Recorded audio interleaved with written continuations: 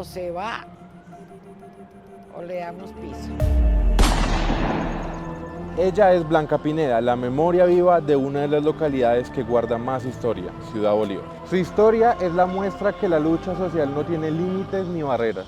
La lucha social ha trazado la vida de Blanca. Sus orígenes datan del principio de Ciudad Bolívar. Ella fue testigo del primer poblamiento y hoy sus relatos hacen que uno pueda viajar al pasado.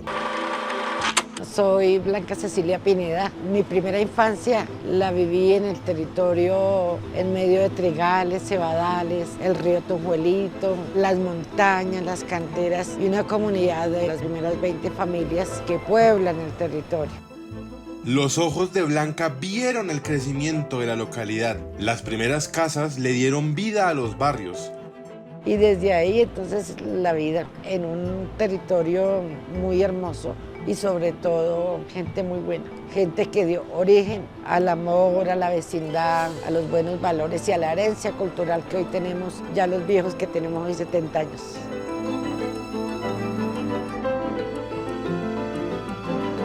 Mira, el gusto por las historias fueron las narrativas de mi papá. Mi papá se considera el primer narrador de memoria de la hoy Ciudad Bolívar. Nos contaba todas las historias de los indios y caciques, de los indios aguapucheros por la cuenca del río Tonjuelo. Asimismo, contaba las anécdotas e historietas que sucedían alrededor de los trigales, de los primeros habitantes. Y así fue que yo sentí pasión porque mi papá también me llevaba esos recorridos. Me llevaba, por ejemplo, a donde estaba Chuchulaney, que hace parte de los mitos y las leyendas. Esas pequeñas historias se fueron quedando en mi corazón y en mi alma. Yo empecé a recibirlas espiritual y mentalmente y atesorándolas para años más tarde hacer esa obra tan importante que son los mitos y las leyendas de Ciudad Bolívar. Sin embargo, llegaron los tierreros, quienes terminaron siendo los responsables de afectar la armonía de la gente. La violencia con los tierreros se origina cuando empezaron a vender hasta 5 veces un lote. Ahí empezó la muerte. Yo en mis libros hablo de que Cazuca nació enferma de violencia. Blanca luchó por su localidad, la tierra que la vio nacer.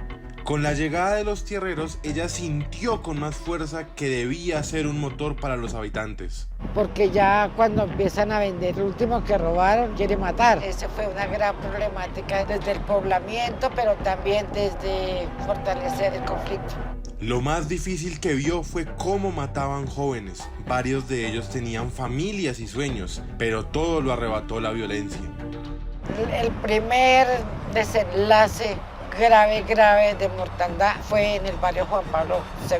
Ahí mataron a muchos jóvenes y desde ahí hubo un desenlace violento. Siempre con la denuncia, reportando lo que estaba pasando en el territorio, apoyando las misiones de la Defensoría del Pueblo, pues yo estuve en esas acciones y muy difícil porque hubo un tiempo que mataban hasta 20, 25 jóvenes en los barrios. La violencia no cesó.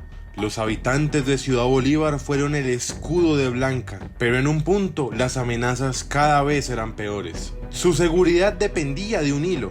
Los panfletos terminaron siendo su tiquete para el exilio. La violencia llega a mi vida por defender los derechos de los jóvenes, especialmente porque a quienes masacraban y asesinaban y expulsaban era a los jóvenes varones. Posteriormente, pues en defensa del territorio, yo tuve que exiliarme porque la persecución fue muy fuerte. Me tocó cambiarme de casa como 10 veces. Me tocó irme para otros territorios, fuera de Bogotá, y ya no aguanté más, duré casi 2 años escondiéndome. Los panfletos, las amenazas a la familia, las organizaciones de mujeres. Yo tenía que salir en medio de 50 mujeres para que no me pasara nada.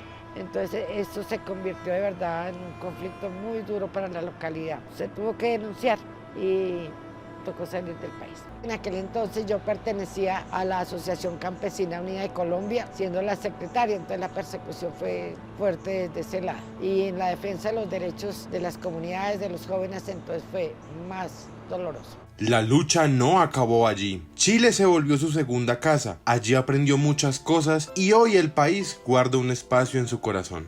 es todo, es defender la humanidad, defender el pensamiento, defender el territorio. Entonces todo ese cúmulo de acciones hacen que yo sea una gestora de paz y que ha sido también a costa de mi propia seguridad, de mi propia vida, porque me tocó el exilio y tocó aguantarme, porque el exilio es muy doloroso, porque es como quien lo quita a uno de su tierra y lo siembran en otra parte, no es la voluntad, ni es el amor, es un duelo más. El exilio en últimas, los primeros tiempos fueron dolorosos, pero yo tenía cercanía con la literatura, me refugié en la literatura, pero también en instancias importantísimas de derechos humanos y logramos hacer muchas cosas importantes por los connacionales, la ley de refugio, por ejemplo, la ley de trata que duramos 3 años. Yo era un pequeño eslabón del proceso, pero sí defendiendo a las mujeres de Buenaventura que llegaron a procesos de prostitución y siendo víctimas de trata. Entonces se lograron cosas bien importantes en el territorio chileno. Además de eso hice extensión rural, llevando mis prácticas y saberes desde la agricultura limpia.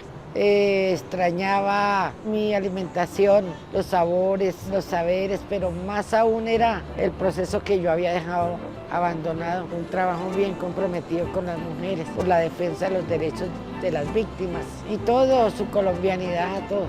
La vida le tenía una segunda experiencia en Colombia. Después de varios años en el sur del continente, un día ella volvió a su tierra, donde se encontró con quienes alguna vez le quisieron hacer daño. Yo tenía que bajar el perfil y los primeros días yo no salía de la casa porque yo tenía que cuidar. Un día de las elecciones, que es una fiesta barrial, me vieron unos de esos, de los malos. Ah, qué bien, doña Blanca, por acá otra vez. Yo dije, hasta aquí fui, me toca regresarme o hacer algo. Y mi hijo me dijo, mamá, la voy a llevar a vivir a otro barrio porque tengo que cuidarla. Y alguna vez ya me fui enfrentando, pero no seguí trabajando con la fundación, sino con otro perfil más bajo. Y ahí fue cuando creamos el colectivo Mujeres, Tierra y Memoria. Hoy Blanca Pineda es una figura en Ciudad Bolívar. Las generaciones han sido testigos de sus historias y más que todo, la lucha social que aún sigue librando. Yo pienso que yo siempre he trabajado a través de una cultura de paz. Siento que debe haber equidad, justicia social, debe haber perdón, reconciliación. Y más allá de eso, que nosotros los ciudadanos queremos vivir tranquilos, como volver a esos entonces donde se disfrutaba la paz y no nos dábamos cuenta. Porque vivíamos en Bogotá, pero en medio de la pobreza y todo, pero éramos felices. Es extrañar eso que se vivía, de la solidaridad, de los vecinos, de las fiestas, de todo eso. ¿Yo qué he hecho por la paz? Yo he denunciado la injusticia social, la vulneración de los derechos, pero siempre voy haciendo alguna acción. Su vida la ha hecho entender la importancia de la paz.